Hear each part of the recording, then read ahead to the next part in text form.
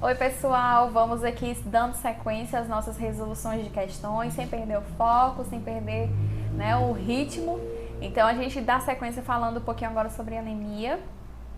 Então a anemia por deficiência de ferro, ela é considerada atualmente a deficiência nutricional mais prevalente no mundo, acometendo cerca de 20% da população mundial. No Brasil, a prevalência de anemia encontra-se entre 16% e 35%, sendo mais comum nos estados menos desenvolvidos e nas regiões metropolitanas. O diagnóstico laboratorial da anemia ferropriva inclui medidas como ferritina sérica, ferro sérico, transferrina total circulante, capacidade total de ligação de ferro, hematócrito e hemoglobina. Relacione as colunas considerando as particularidades de cada uma dessas medidas.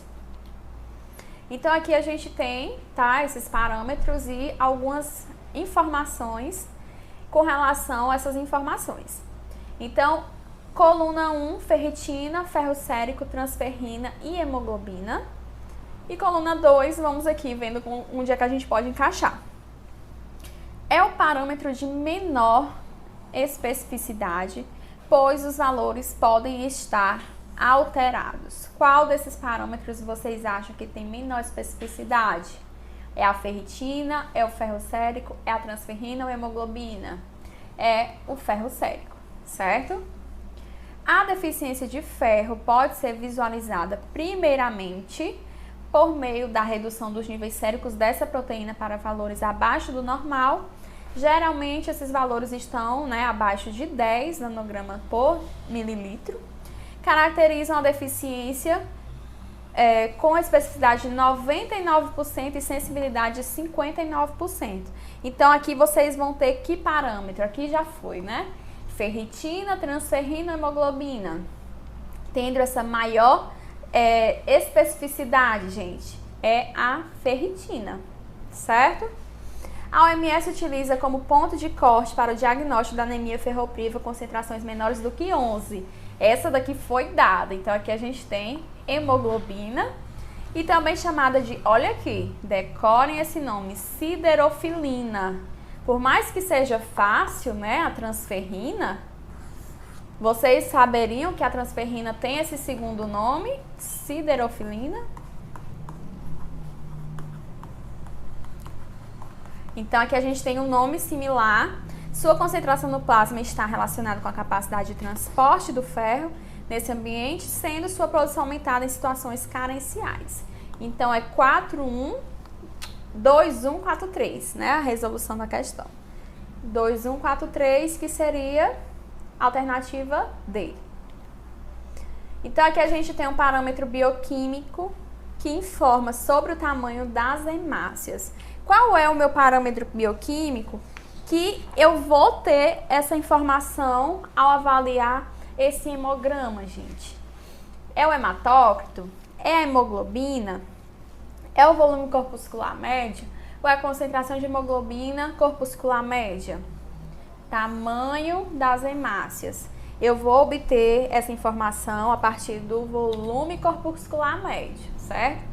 O hematócrito, ele é o quê? O hematócrito é o percentual de volume ocupado por nossos glóbulos vermelhos, né? Ou hemácias, no volume total de sangue. Então, a gente tem aqui o percentual ocupado pelos glóbulos vermelhos, certo? No volume total de sangue. Olha que letra maravilhosa. A hemoglobina é basicamente o que? Uma proteína que nós utilizamos, né? Que ela vai ser responsável pela coloração, ela vai ser responsável também pelo transporte de oxigênio. Então, coloquem aí cor e transporte de O2, né? São as principais funções. O volume corpuscular é a questão do tamanho da hemácia. E a concentração de hemoglobina corpuscular média, como o nome já diz, é a concentração de hemácia de hemoglobina por hemácia. Certo? Então, não esqueçam disso. Em relação aos exames laboratoriais, na avaliação nutricional, analise as afirmativas abaixo. A albumina sérica é preditora da desnutrição severa. A albumina sérica preditora da desnutrição severa. O que é que vocês acham? Verdadeiro ou falso? Gente, a albumina ela é preditora de morbimortalidade.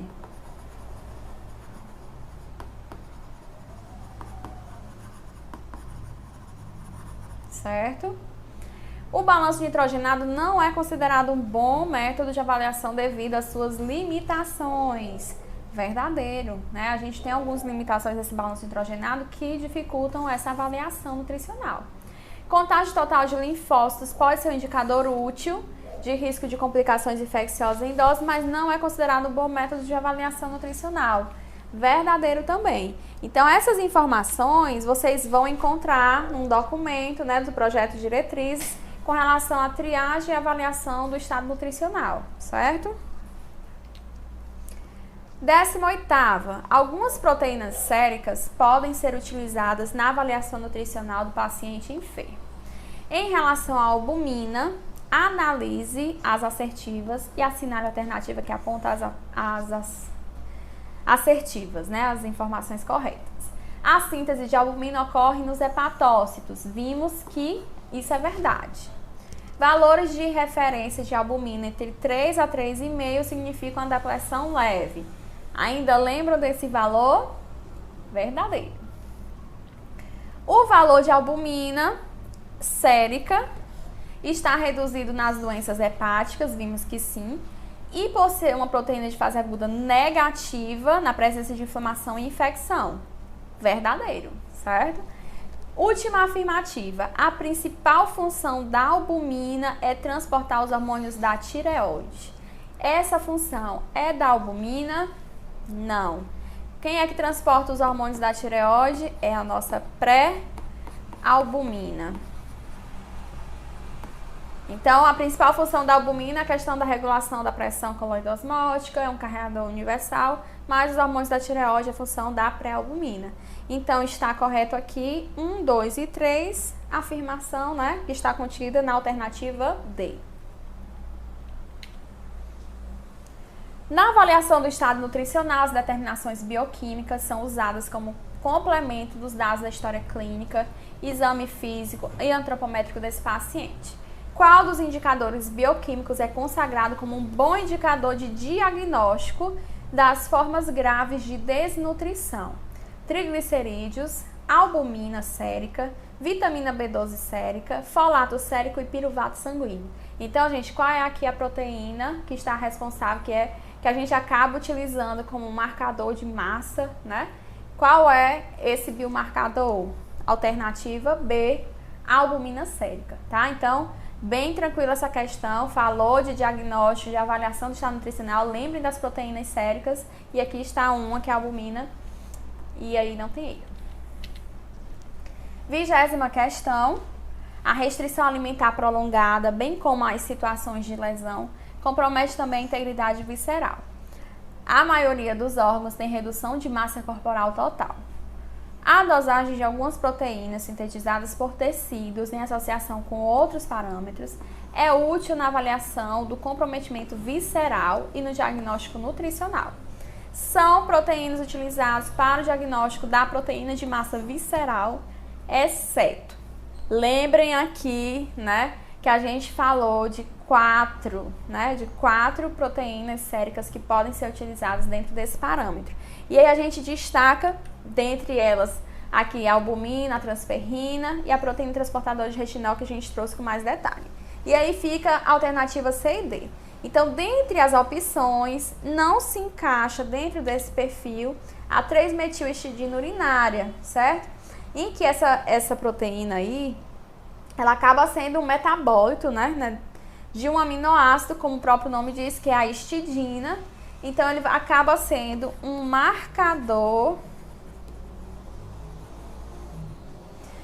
de catabolismo muscular esquelético, certo? E a fibronectina, ela pode ser usada também, né, com a finalidade de diagnóstico da proteína de massa visceral. Temos aqui os parâmetros laboratoriais usados para análise da reserva proteico-visceral, da mesma forma. Então, quais são aqui os parâmetros que nós podemos utilizar? Temos a PCR. Será que a PCR vai ser usada com essa finalidade? Não, a gente usa mais com a perspectiva de processos inflamatórios, infecciosos, né? Então, onde tem a PCR aqui, a gente acaba eliminando, né, essa PCR. E aí fica a alternativa C, a alternativa D. Qual é, né, as proteínas, os parâmetros laboratoriais para análise de reserva proteico-visceral? Então, aqui a gente tem albumina, pré-albumina e transferrina, creatinina, albumina e transferrina sérica. Aqui a gente tem só uma pegadinha. Então, a alternativa correta é a alternativa C. Por que aqui não é a D? Porque a gente tem aqui essa creatinina, que é um marcador renal, né? Pode até ser utilizado para o catabolismo também, mas é um biomarcador com maior funcionalidade renal. A avaliação bioquímica auxilia na identificação de alterações nutricionais, sendo bom índice de desnutrição energético-proteica. No entanto, a mensuração de alguns parâmetros é fortemente influenciada por hepatopatias. E aí, exceto. Olha que questão tranquila depois daquele quadrinho que eu mostrei para vocês. Transferrina, albumina, proteína transportadora de retinol, índice creatinina, altura e pré-albumina. Qual desses não tem influência a partir de hepatopatia? De graça, né, essa questão? Então, a gente tem aqui o índice creatinina, altura, porque as 4 proteínas séricas, elas são sintetizadas no hepatócito, e aí, se eu tenho hepatopatia, elas vão influenciar diretamente. Além do que esse índice, como o próprio nome diz, é um índice que vai fazer um cálculo baseado nessa creatinina pela altura e acaba não tendo. A creatinina, ela é proveniente, né, de um metabolismo mais muscular. Através desse metabolismo muscular, a gente tem essa síntese de creatinina, mas não tem relação com hepatócito, não tem relação com fígado, não. Então, aqui a gente encerra mais um vídeo e a gente se vê daqui a pouco.